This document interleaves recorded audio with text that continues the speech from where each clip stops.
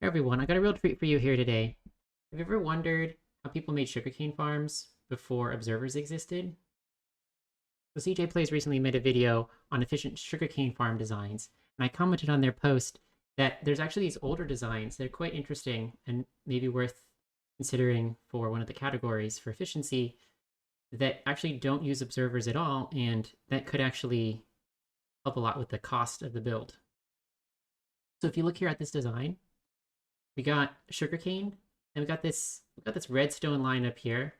But overall, it's just kind of just like this piston floating here. There's nothing really around the sugarcane blocks, but if the sugarcane grows, it will immediately get harvested. There's a quite interesting design here, and so I wanted to explain how this works and show the design. And this is all the redstone here, so I don't think we'll need a block by block tutorial. It's quite simple how this all works together like this. So in order to explain how this works, I got a little demonstration over here of how budded pistons work. And this is how block update detectors, or BUD, used to work back in the day before we had observers. And I also wanted to comment this is only a mechanic on Java edition of Minecraft. So over here I have a piston, and I have a redstone block. The redstone block is powering the piston, but the piston does not know that yet. However, if I place a block or do any kind of block update around this piston, it will update based off of that diagonal signal. So for example, I could do like this, and then the piston will extend. And then if I unpower the piston, it also doesn't know that that's happened. However, if I do another block update, it will retract. And in this case, what we're doing with our sugarcane farm is we want to send an update, boom, and have the piston extend. But then we want it to get an update again so that it will retract like this. So that's a challenge that we're dealing with over here. And so what this is we have this clever little mechanism here that does that. So you can see that the redstone line is powering the pistons. Pistons don't know that yet. But as soon as they get an update, they will all extend. And the reason why they all extend is because each of these essentially is budded to the one next to it. So because they're all compactly in a line like this, they all bud each other. This one on the end here will also extend. And when it does, it cuts off the redstone signal. So the way this works is we have some kind of inventory. It doesn't have to be a furnace. And then there's some kind of junk item that we place inside of that furnace. We have enough items in there that this comparator will send power down the line. So there we go. And it just demonstrated it. Perfect timing. Thank you, game. The sand gets pushed up, which interrupts the signal, but then falls back down, bringing the signal back so it can continue working. I didn't design this design myself.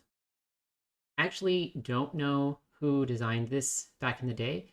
Do you have any evidence on YouTube of who was the first person to design one of these farms? I'd love to know, and I'm happy to credit them. But the last thing I wanted to show here is that you can tile this design. So this is how that would look when it's tiled. Now, there are some downsides to this design that might disqualify it from a perfect 100%. First one is, because we've extended it out like this to have multiple sugarcanes, technically on the tick where the pistons are down, I don't think sugarcane can grow. And also, technically, if you place a sugarcane fast enough, it won't be back in place ready to detect that update. However, as soon as another sugarcane grows, of course, it'll grow just fine. Everything else in terms of losses from this farm would be purely up to the collection system. In this case, I'm using the new mud blocks, which then allow you to put hoppers underneath, not something we were able to do back in the day. You could use whatever collection mechanism you want. You could have a series of rails with hopper minecarts underneath. You could use some sort of railless hopper minecart setup up here on this level. There's a lot of different ways you could organize this. And there might even be some ways that I haven't considered of how to compact the redstone. But overall, this is the design. The nice thing about this design in terms of resource efficiency is it requires a ton less quartz These iron blocks and these glass blocks are mainly here for cosmetic reasons. You could use whatever blocks that are junk blocks that you want for building the farm.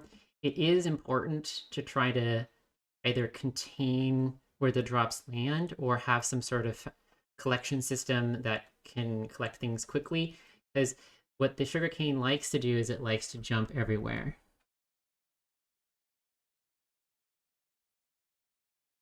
So if I go in here and I up the random tick speed, you're going to see that the sugarcane is mostly getting collected well in this setup as it currently is, but you can see here how these ones are jumping out in front here. There isn't going to be as many jumping out behind, but you will find if you run one of these long enough, eventually something will glitch into these blocks back here. And then you can see that this isn't a problem here with them going across this way in the tile version because it's too wide. So with the too wide version, it just falls on the other lane, and that's not an issue here. But the sugarcane really wants to break out. That's another reason why the pistons are facing down. You can actually set this whole setup up with the pistons on the side. Pushing sideways, I found, was less reliable from my tests. I'm not really sure why that is, but there was a quantifiable difference in the collection rates. So putting them above was the superior way to set this up. Thanks.